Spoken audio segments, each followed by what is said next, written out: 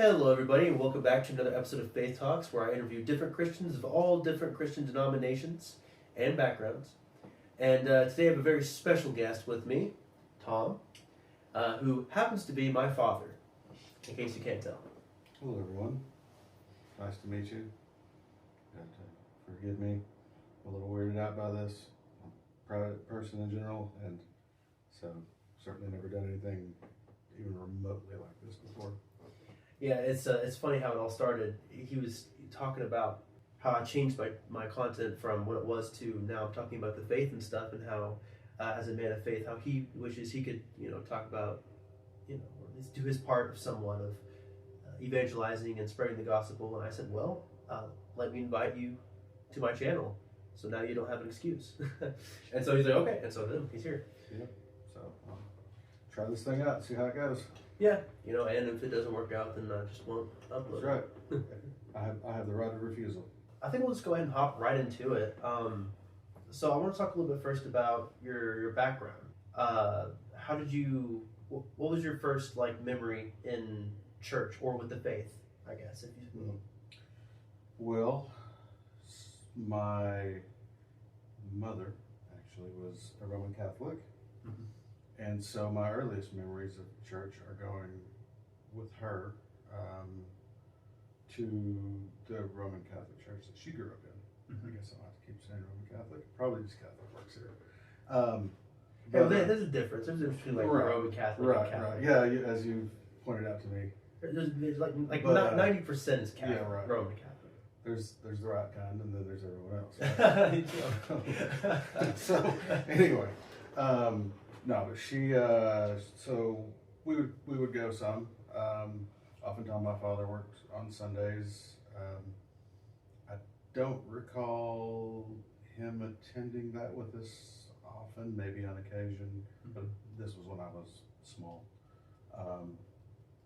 like toddler to 3, that kind of thing. 4. I do remember us going occasionally after my sister was born, and she's almost 3 years younger than me. So and this is to Catholic church? This is to Catholic church. Right? I didn't know. It was one my mother grew up in, and so her family went there. My grandparents went to it. And, I haven't been there. It's pretty nice. Yeah, and it was obviously that was a neat building, neat church. Yeah, it's pretty. Of course, I was a kid, so didn't really understand anything. Sure. My grandparents were active. So there were some fun aspects. They used to do a yearly social that we would go to that had games and a lot of things out. They called it the lawn social. And my grandpa, I think once a month, if I remember right, he did a donut breakfast where he would go get all the donuts from the local bakery and he would bake them up in the ovens there, and they would do donuts and coffee before church. So that's my earliest memories of church. There were some other ones that I attended on occasion when I was young. Mm-hmm. I remember going with my aunt and uncle. They were Nazarene, I believe. Nazarene, okay. Yeah.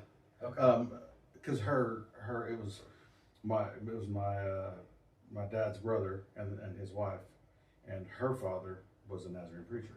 That's a very big difference. Yeah. It's a very and I'm talking a little kid there too, like 5, something like that. But occasionally they would ask if they could come pick me up and take me, because at that point my parents weren't regularly attending anywhere, and so I would every once in a while. When I say, I may a handful of times.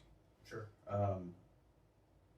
But I don't really remember. I remember being there, but I don't remember anything about it. Mm-hmm. I just remember. I remember her the preacher. Other than that, my parents started going to a Presbyterian Church actually when I was probably 5, 6 years old, maybe 7, something like that. And I keep throwing out the 5 because I know prior to 3 I probably wouldn't have remembered, and so is all in that. What was the reason for the Presbyterian Church? Why Right. specifically? Well, so my dad grew up in a sort of charismatic holiness type of they were Nazarenes, so right. Well, so he grew up Pentecostal, Nazarene. I'm trying to remember what all he said. Various, kind of probably Baptist adjacent type. And of course my mother was Catholic, so there was, he wasn't going to go do her thing, and she wasn't going to go do his thing. Right. So they had to find a middle ground. So middle ground was mainline Protestant. Right. Well, I get that. So that's where, and because they knew some people that went to the church and got invited, and they went, and the minister at the time they liked. And so that became a regular thing. They actually became very involved in the church. That's good. And so that was the church that I went to then growing up. It went through various ups and downs over there, but that was, I don't know, we can dig more into that if you'd like, but that's my background. What if you have questions about how that went, I can answer them. There's a lot, because I went there for 13 years. Well, I know that at one point you became an elder. Oh, right. In the church. Yeah, so bizarre. At what age? 16. So you became an elder in and not a youth elder, an actual elder. Which type of Presbyterian is this? PCUSA. PCUSA, yeah. So at 16 you became a PCUSA elder. Yeah, for some reason, some people saw fit to put me in there. So sometimes people see things in you don't see in yourself, and then you do everything you can to fight against that thing. And so while some people are pushing me into the faith and seeing that I have some kind of a bright future, I decided to go full on apostate and prodigal and run in the opposite direction.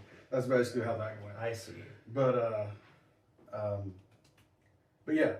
So technically, I don't know the rules of the PCUSA, but at 16, I was actually elected by the congregation to be an elder. Well, and I understand, I think that it's, even if you're not active, it's maybe a lifetime, but I don't know. Someone that's in the church, or maybe I could go read their rule book on that, and I don't remember. Any of you that are It's not something I'm actually particularly interested in at this point, but we'll see. Yeah, any of you that are part of PCUSA, comment, let us know. Yeah, you can let us know.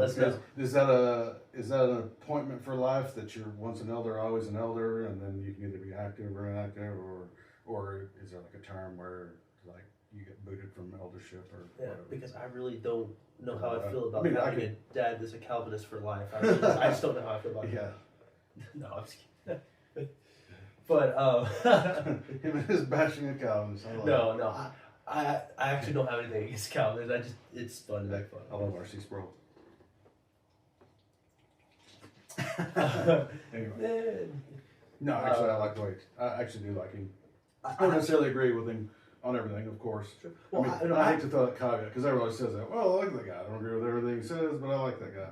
That's a normal thing. Whatever, yeah. I mean, if you agree with everything everyone says, then I don't know. It's kind of makes you a douche. Yeah, like, Jesus is like the only guy that you can agree with everything he says. Other than that, somebody got it wrong. Yeah, I have that book by R.C. Sproul, Reformed Theology. Oh yeah, I need to read that. I've been listening to some of his books. Yeah, they're pretty good. Obviously, as a Catholic, I was really liking what he had to say about the reason why the Reformation happened. Yeah, it really makes a lot of sense. I would like brings it all together, ties it. So. Yeah, but it's also good to hear both POVs. Yeah, I think I did. Yeah, I think I did. Okay, so we talked about once an elder, always an elder. Yeah. So it was an interesting PCUSA. So went there, had a real good minister, and then there was, I don't know, I was a kid, I was 7, 8 when it happened or whatever, but maybe a little older, I don't remember exactly. Mm-hmm. But he ended up getting voted out because, things happen, rubbed people the wrong way, and then I guess in Presbyterian there's votes for that type of thing. It's not like other where it's appointments or whatever. So, like you mean like a church magisterium? Yeah, the session. That's what they're called. The elders form a session. Yeah. They're the governing body. Yeah, absolutely. Yeah. But there's also votes of the congregation on things. Oh, like the actual like late. Yeah, yeah. So it depends on the circumstance. I get that. But yeah, and again, I don't remember all the rules. I mean, that was 30 years ago. Right. But so, do you know what it is about you specifically that they thought that you would just be an outstanding person to elect an elder at age 16? For you just to spit in their face and run away right after? Well, it wasn't right after. I mean, I served up my. That was like 2 years after. No, I'm just kidding. But I mean, pretty close to it. But anyway, I don't know. I mean, I always just had an affinity for people, I guess. Were you like, wisdom beyond my age, I was told. Were you good at evangelizing or something, or? Not particularly, at least not that I think so. I never saw you as a person for evangelizing. Yeah, I don't really think so. I think it was more of just, I was better one-on-one with people than I was, like, I don't know, who knows, why do people see a thing in you? But, who knows? Yeah, who knows? I guess I would have to ask them. I mean, I would have to just ask, yeah. Well, with me, it's like, if my church magisterium said that they saw me fit for something, so I think it'd be good. I'd be like, well, let me do it then, you know what I mean? But, so I think that'd be an honor. I was flattered and I did it, of course, and I served out my term. It was a partial term, I think, for somebody that had to quit or died, maybe. I really can't remember the circumstance. But, so then so I know that you rebelled against the church right after. Yeah. I mean, I did the late adolescent rebellion, doing all the things you're not supposed to do, and of course, then it's the whole playing around with agnosticism, borderline atheism, because it's you go through your spell where you just don't want to believe in God because that's the easiest thing to do. Right. And just because if you don't believe in God, you don't have to believe in anything. Yeah. And then, of course, you're like, well, maybe then there's the whole, I'm agnostic, which is I want to believe in something, but if I don't define it, then I don't actually have to live by any set of rules. Mm-hmm. I can say I believe in something while not actually practicing or believing or having any discipline or whatever. Sure. So that's the whole, I'm spiritual but not religious, that everyone says. Right. And so I did that for 25 years, no, not 20, 25, 20 years, basically, just not being anything. And I don't know, got a little older, got into close to my 40s, and values, were kind of changing a little bit. Kind of got back into,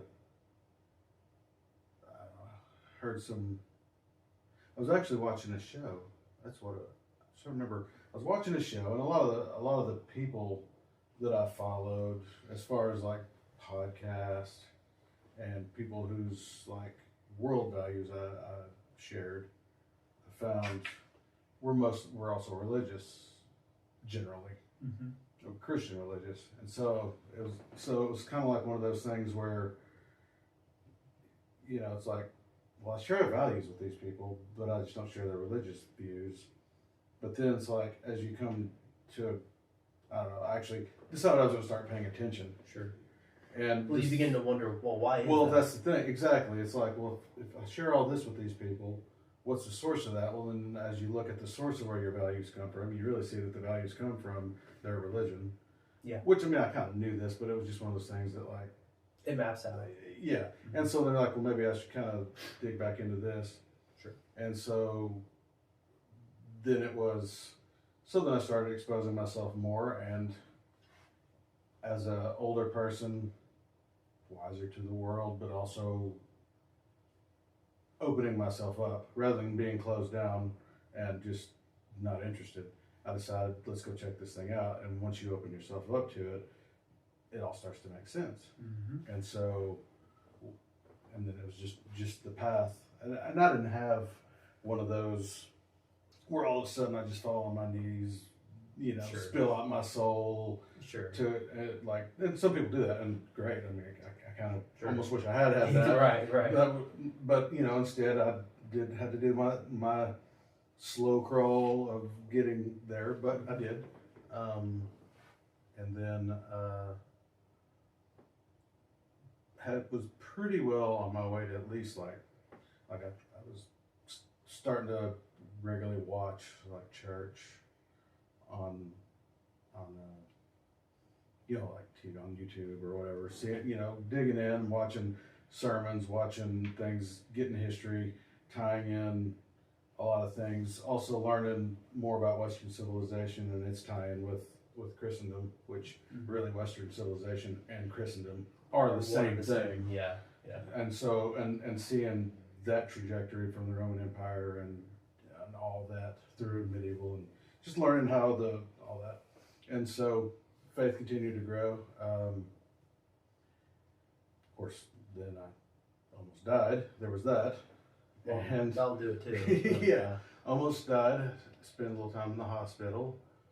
And one thing, especially when it's something that is of your own making, when you have time to reflect, a lot of reflection in the wee hours of the morning in a hospital, since for anyone who's been, you awake and sleep at weird hours because there's constantly people doing things, coming in, checking, doing all this stuff. So you never know when you're going to sleep and when you're going to not. But weird hours in the morning, a lot of prayer, a lot of reflection, and then so then coming out of that, I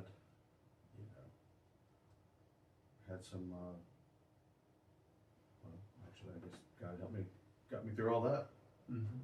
And that was probably the like, you're well on your way, and now it's like, once I got through that, I'm trying to decide how much I want to get through, because it's kind of a tough thing. Yeah, I get it.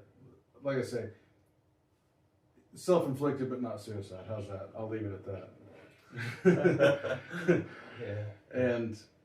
And so, but there was healing afterwards, and that healing took time. Mm-hmm. And because of a combination of God and my wife's strength to also go on that journey with me, got me through the hardest part of that. And in my head, and the thing was, is in my head, I knew that while the healing process may have been successful, there was actually a very good chance it wouldn't have been. Yeah. Well, even the doctor said, I was told that it would be weeks of hospitalization with a good chance of severe problems or even death. And less than a week later, I walked out of the place on my own 2 feet. So yeah, that's insane. yeah, and never looked back there. So, yep.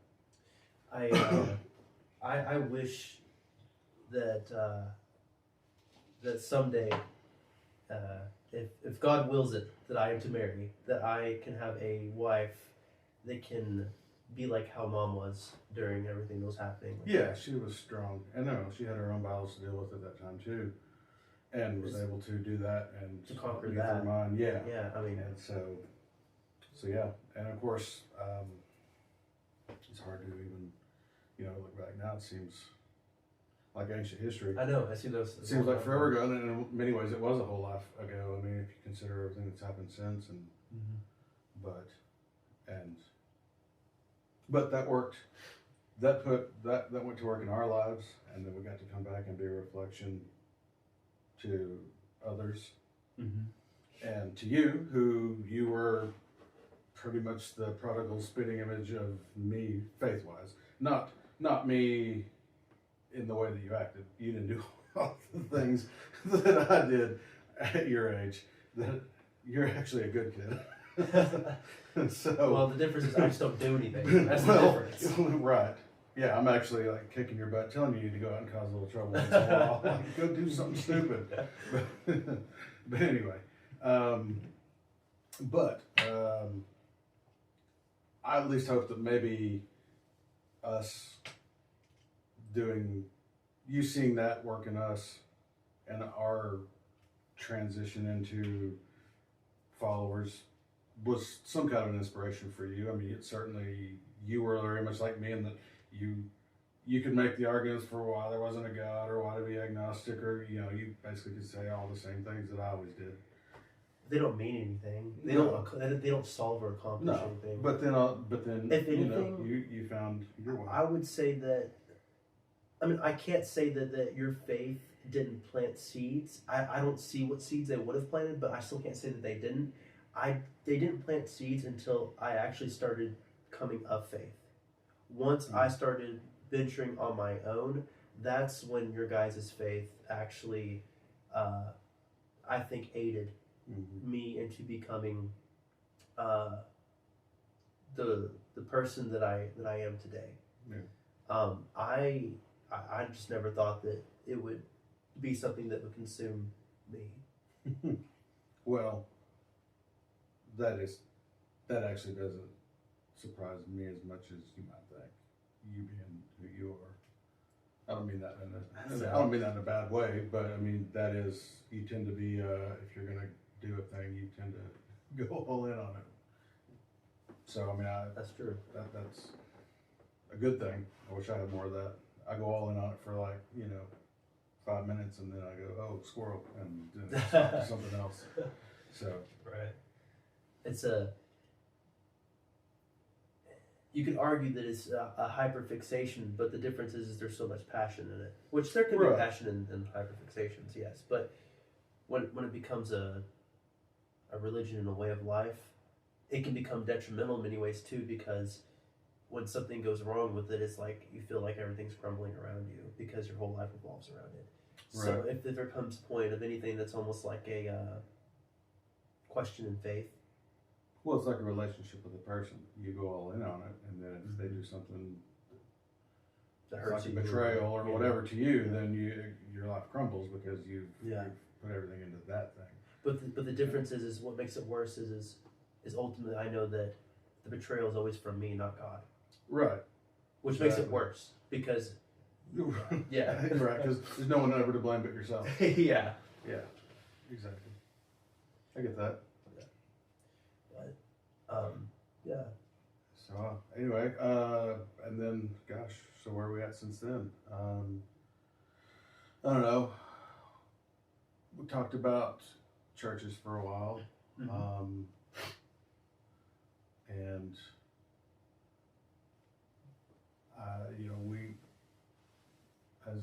there were some things we knew we weren't going to do.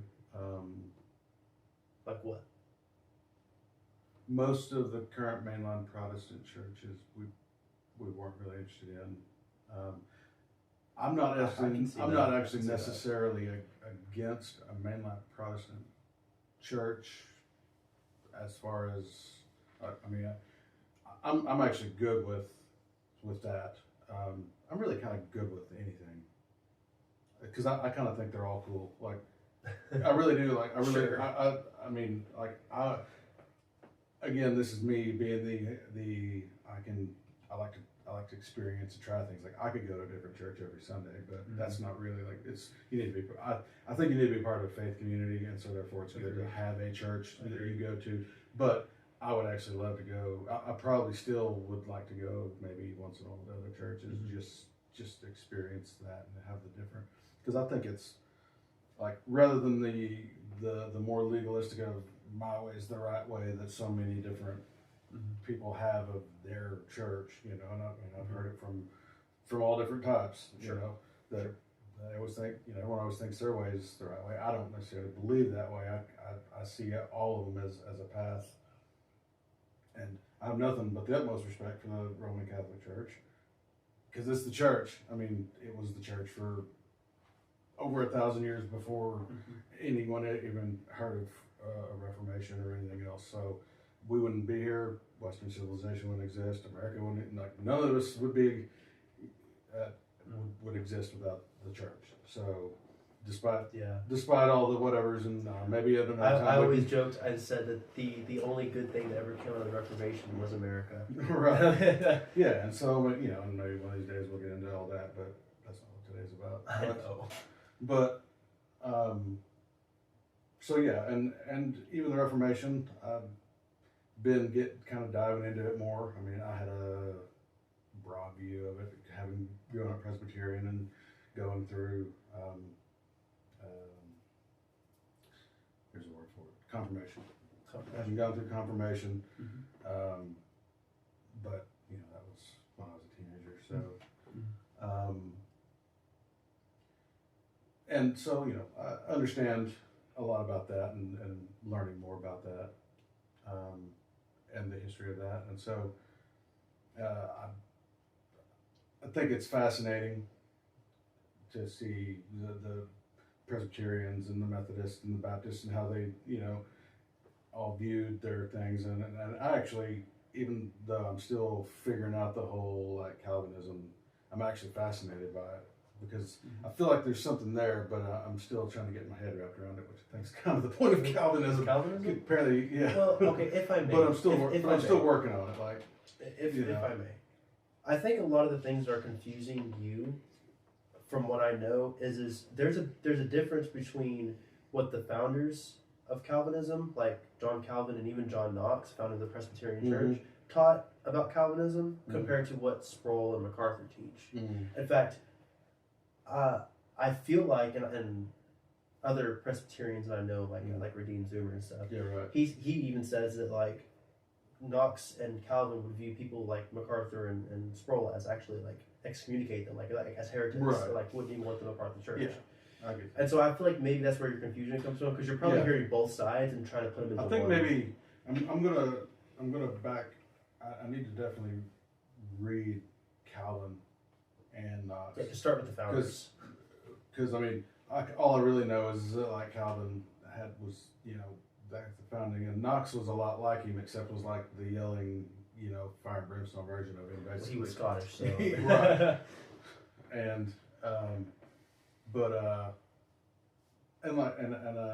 and Spurgeon, I need to read some of him too, or a lot of him rather.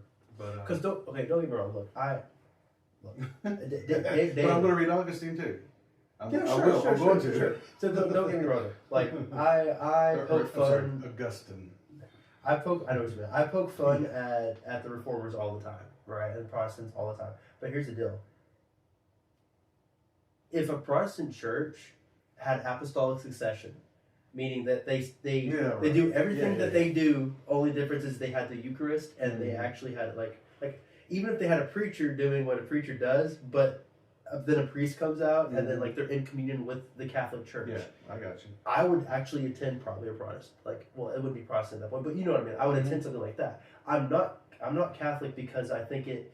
I mean, I do think it looks better, but that's not why I'm Catholic. I'm not Catholic because I prefer traditions and stuff. In many ways, I think traditions I thought were pointless. I'm there because of doctrinal reasons, and so because of that, though, there's so many things that I do admire, and I do think that even Catholics should learn from Protestant influencers. Yeah, I think that goes both ways.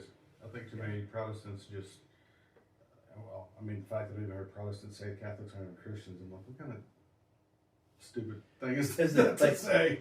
You obviously trust some of the Catholic Church, right? Because you put your faith in the Bible. Yeah, so. to say something like a Catholic's not even a Christian is to me represents a little insane level of ignorance. Right. We watched a lot of services, still do actually, fair amount of different ones. I won't bother bringing up names anyway, because the last thing I want you to do is get your dang podcast hijacked just because I mentioned I watched this guy or I watched this guy or I watched this or this.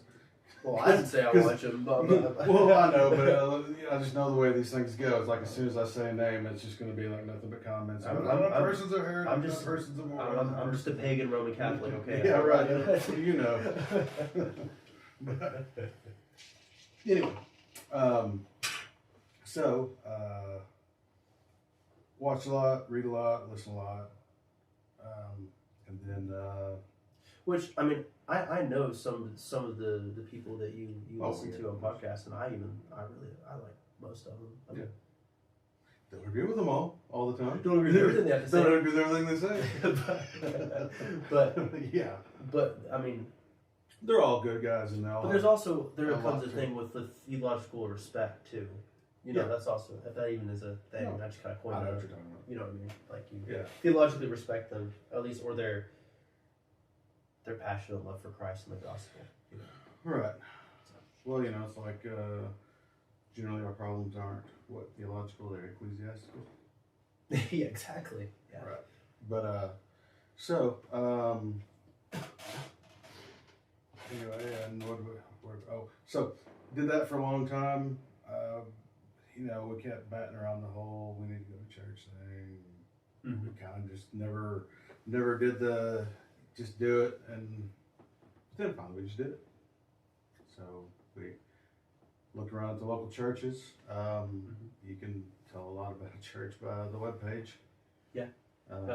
So, you know, there was no red flags. So no red flags. Yeah, I mean, you know, there's a few rules that we, you know, biblical worldview is definitely number one. We do require a church that recognizes marriage is only between a man and a woman. Mm-hmm. And anti-abortion, because abortion's murder. What about Trinity? Trinity is a must. Okay. Father, Son, Holy Spirit. Trinity is a must. Any other requirements? That's kind of it. Other than that, I don't have a stylistic preference. Again, I mean, I'm good. You know, everything from Gregorian chants to a full-blown rock show, and put Skillet out there, and I'm whatever. Like I'm good. I love all music. So, as you know, I love Gregorian chants. I also love the old classics. I mean, Be Thou My Vision is one of my favorite religious songs. I mean, you know, it's like, so, or Bach, although, you know, who doesn't like to hear some Bach, right? Bach is Lutheran. Piano, organ. Piano, organ, whatever. Yeah. So, you know, so I really don't care about stylistically things too much. My main thing for me is the message. And so, and worldview, you know, biblical worldview. So that was kind of it. And so we had heard a lot of good things about the church that we began to attend a couple months ago.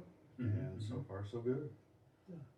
Yeah, I went the other day. It's a very, you know, which you haven't been to an actual service. No. But I witnessed Mom get baptized, and that was nice. That's right. That's nice. You know, it's very much what I expected as far as non-denominational evangelical. Nothing, not more Baptist adjacent to Pentecostal adjacent as far as like stylistically. I mean, there's no. Ultimately, that is what non-denominational churches are. They're just. Yeah, I mean that's why I call them Baptist adjacent, because they're just a non-affiliated Baptist church. Well, it's so interesting, like attending like an older Catholic church, and then like walking into y'all's church, and like I remember I was like the first thing I see when I go there's like a whole coffee bar. I'm like, it's just weird to do. Right. You know what I mean? Yeah. But yeah, and of course, you know, instead of organ, there's drums and a stage. Stage, yeah, and a big screen, big projection screen, and the songs are like 10 minutes long. Yeah, the songs are praise music, which I'm still learning. I've never been a praise music. I mean, no, sing Holy, Holy, Holy, or Amazing Grace, or whatever, and I'm all good. Like heard them all, sung them all. Before I was attending, I'm good there.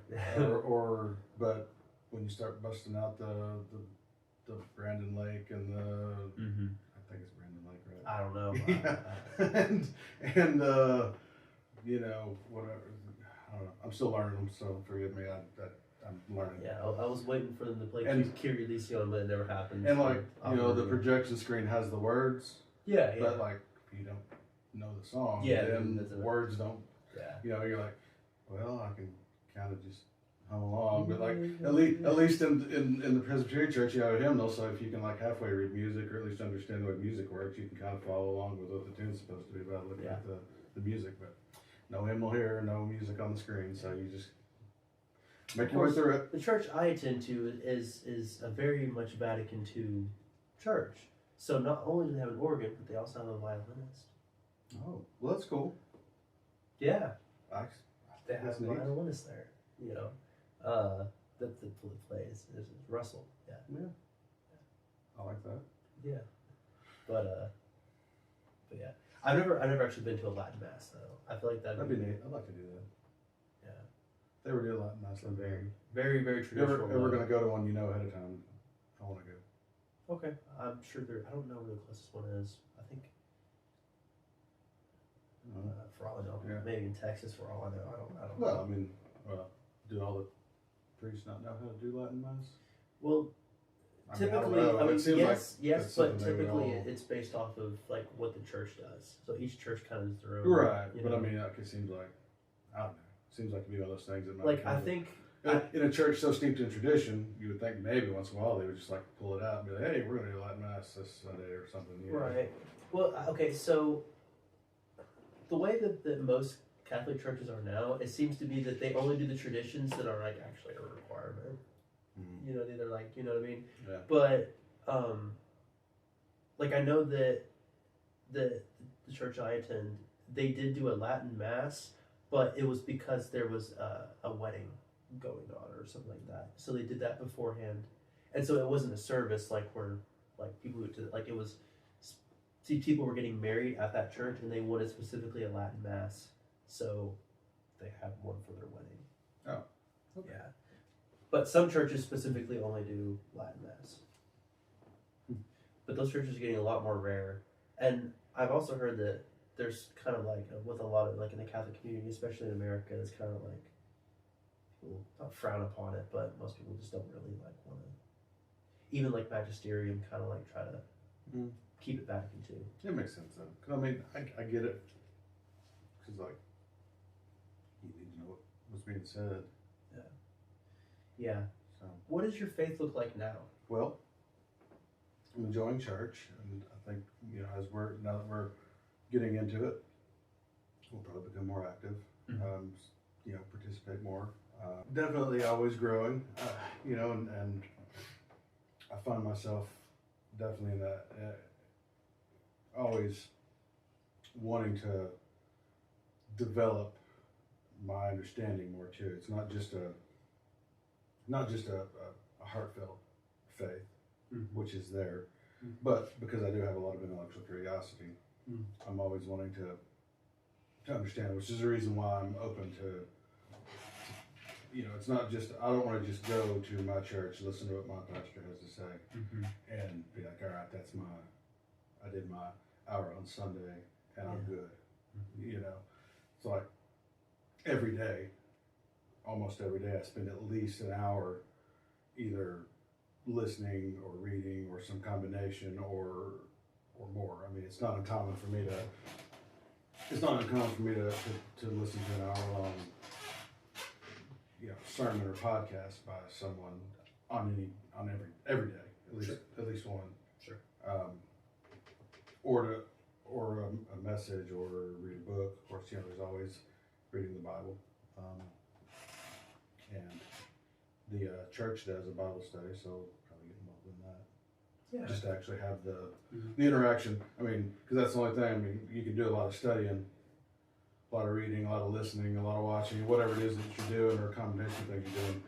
But with the exception of the time that you spend in one-on-one with God, there's not the, well, what do you think about this? Let's read the same thing and talk about it. Yeah. That's a helpful thing to do. Absolutely, and that's something that obviously God wants for us. Yeah, because I think so.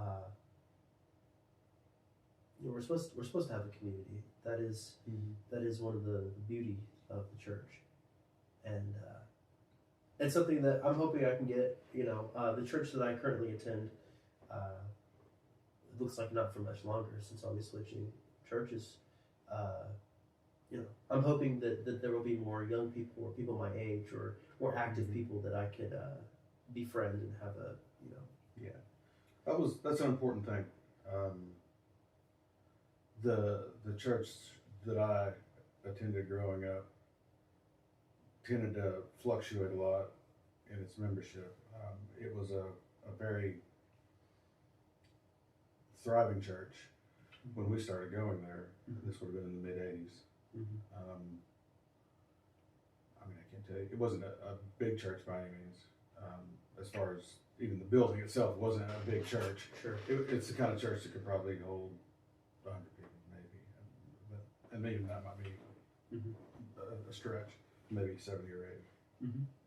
Trying to remember the layout, how many pews there were. Let's say 100, with the choir and everything. And back in those days, most Sundays it was pretty full-ish. Sure. I mean, and then after that pastor left, that caused a bit of a schism, or after he was kicked out, rather. That bad, huh? Yeah, it was a pretty big. Wait, it caused a schism? Well, I mean, I say that. Oh, okay. I thought you meant like from a church perspective. You mean like your individual parish? Right. Okay, I got you. A fair amount of the membership didn't like the way that went. Some stayed, some didn't, but they weren't in favor of his leave. Yeah, the way it went down. And then after him there was another. He was an elderly gentleman that had begun attending. He actually, I think, was a retired pastor. And so they asked him to step into the role, and he ended up doing it. But I mean, he was a nice enough old guy and everything, but he was kind of retired. Well, he was already retired. Like he wasn't feeling it. He did it because it needed to be done. But yeah, and so that probably wasn't. And looking back, that probably wasn't good for the church as far as maintaining it or growing it. Let's say that, and I know you said you have no intention regardless, but let's say that you still qualify as an elder, and I understand that you don't have any intention of being a part of PCUSA, but do you think that because if theoretically you were still considered an elder, you still have authority in that sense? So do you think that it's worth it to try to fight? Because I know that there are other Presbyterians who are in PCUSA who, I think even like someone like Redeemed Zoomer, for example, he stays in it because he says the worst thing you could ever do is, paraphrasing, but he uses the word coward and leave your church. Yeah. And you have to fight for it. He goes, I get what he's saying. And he says that that's why there's so many non-denominational evangelical churches now, is because the conservatives didn't like how liberal they got, and then of all mainline Protestant denominations, and were cowards and left instead of fighting for it, and then started their own churches. I think I can see both sides of that argument. It's hard for me to say, but because his philosophy is that schism is never good. Schism is never an option, and I totally agree with that. Do it. One of the downsides, I believe. Don't quote. I think. I'm not sure if that's what he said. But that's what I'm getting the vibe from.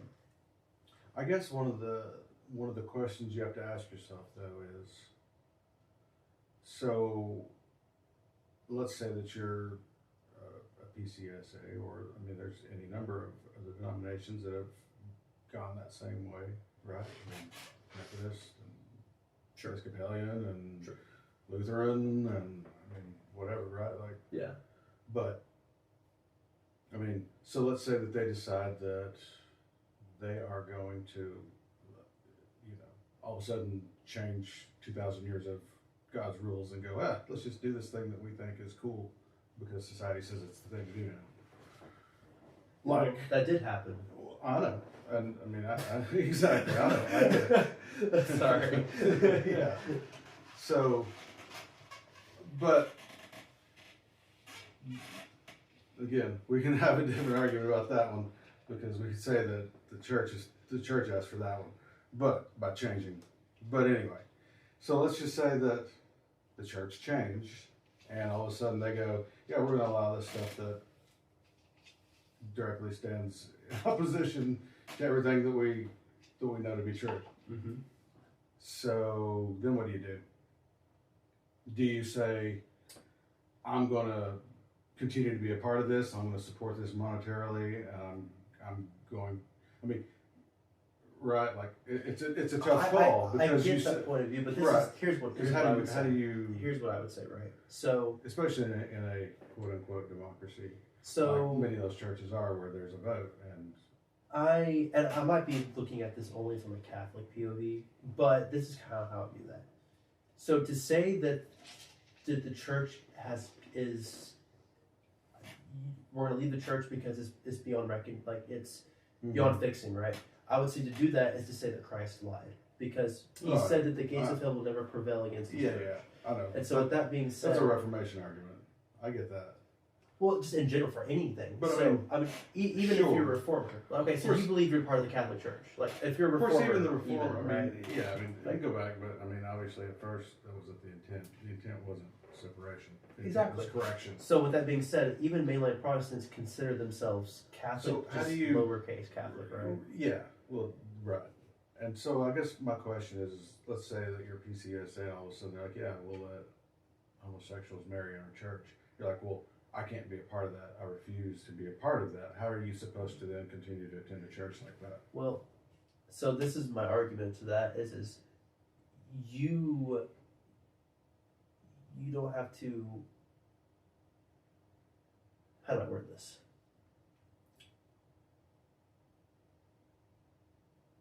That is what your magisterium agrees upon, and man makes mistakes, and man adds things at times that are corrupt and bad, but you have made this oath, and you are part of a church that is God's church, but man is not doing the thing that they need to do right now. And so that comes back to the ultimate, the gates of hell will never prevail. Right. That's what I'm getting, especially if you're a Protestant, you stick around. Well, especially because if you're a Protestant, you believe that the church is the embodiment of believers, right? Yeah. So with that being said, works that way even more as a Protestant, because it's like, well, right now my denomination is not doing what it needs to be doing, but Christ promised that the gates of hell will never prevail. So I'm going to continue. God sees my heart. God knows that, because it's always about God ultimately.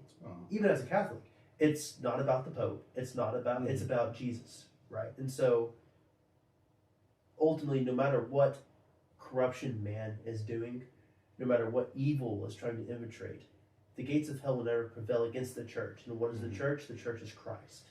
Christ is the church.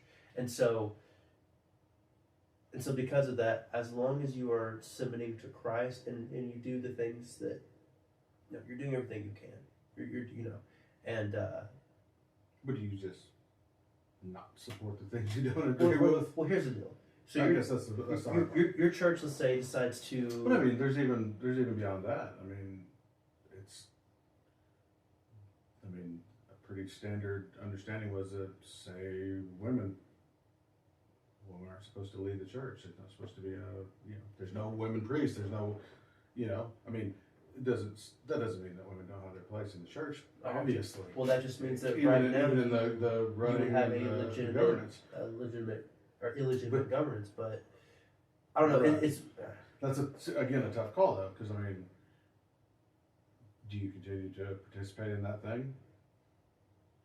Well, so I would view it as, once again, I can only look at it from a Catholic POV because our doctrine has remained the same for 2,000 years, so we will never have to deal with this. That's why I personally believe that the Catholic Church is the fullness of truth, because man could never make something. Like, the Catholic Church was started by Jesus. That's why it's been still around for 2,000 years, and even when it's been corrupt by man, it still prevails. All the other churches have been started by. Yeah, I mean, I understand from a Catholic perspective. And so for me, I feel like you're just looking at them and going, "All the heretics are fighting about their heretical nature." So whatever. For me, it's like, well, you did it to yourself. Yeah, like, I know. And so, that's what I'm saying. From your perspective, the whole thing shouldn't exist. So therefore, you're just like, and that's why though. And so, I mean, I feel like I can't really give any legitimate help or advice to that because it's like that would never happen with the Catholic Church. Yeah. You know. Well, So I don't. One of the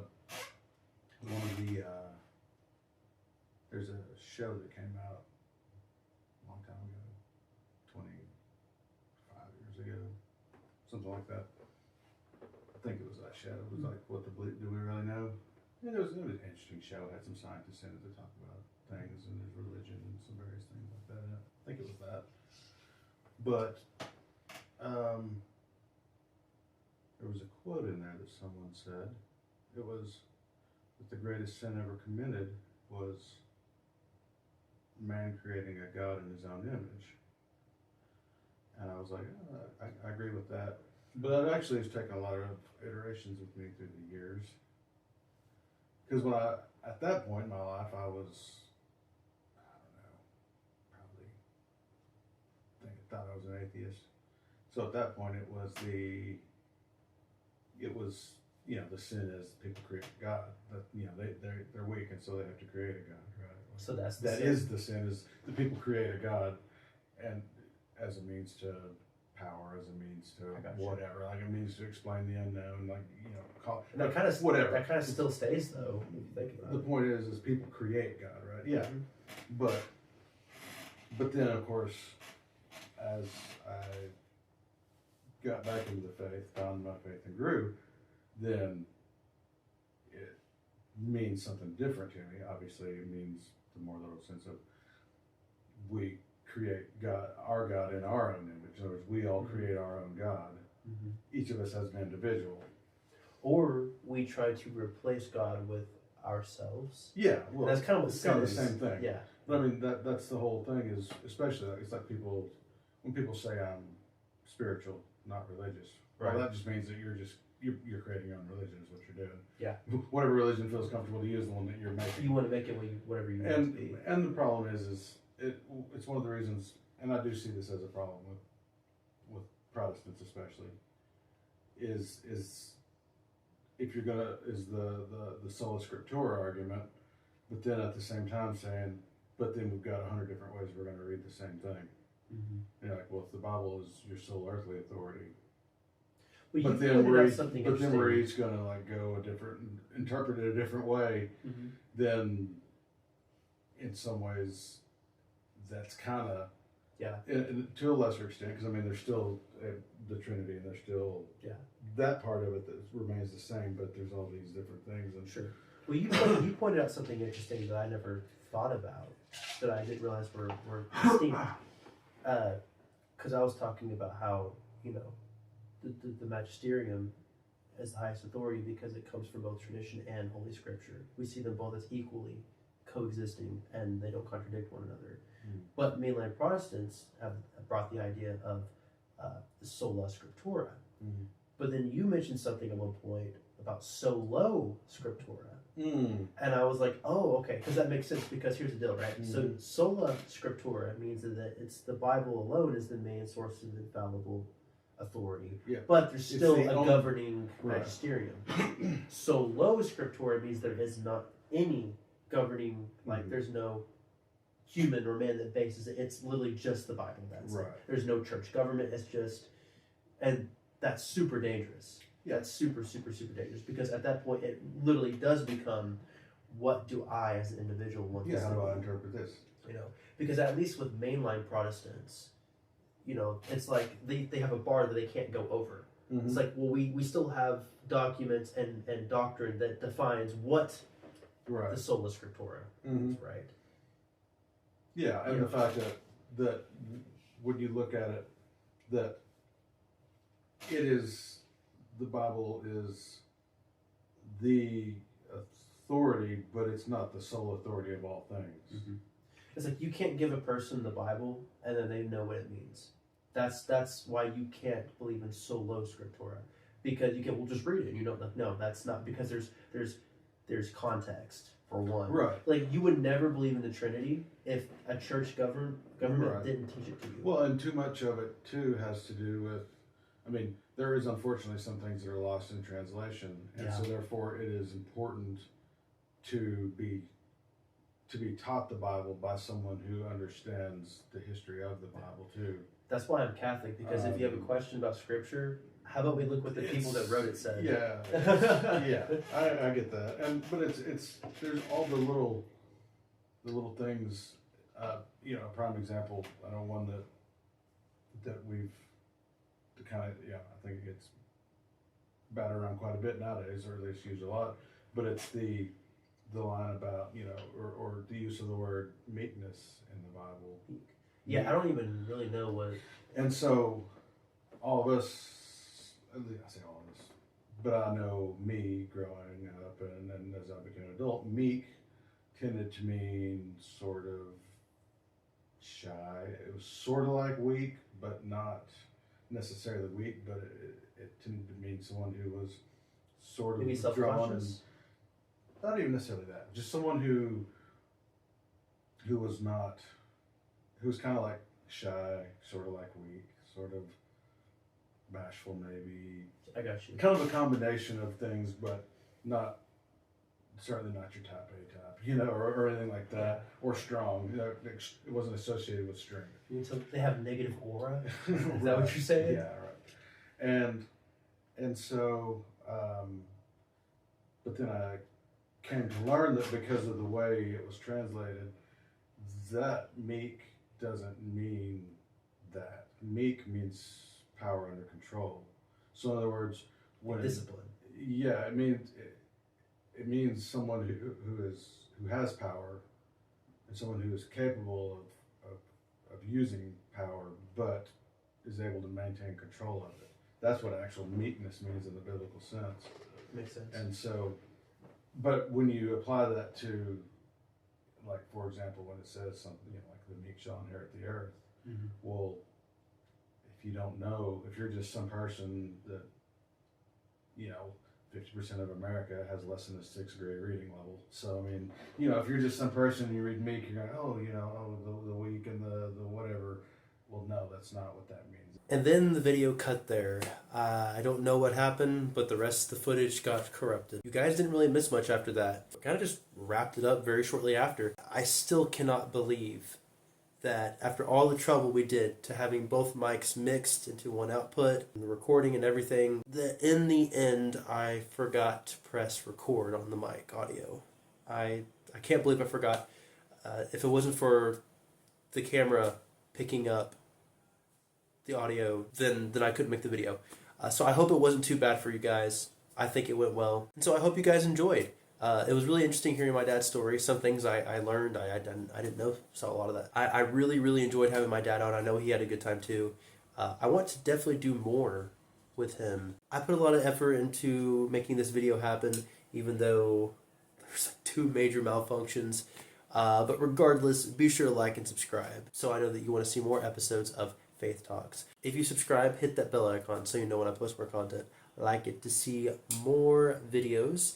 And I'll see if there's anything else I can do with my dad. I really enjoyed it. It came natural just, with my dad. So I hope you guys have a fantastic day. I love you guys so much. And take care. God bless. Bye-bye.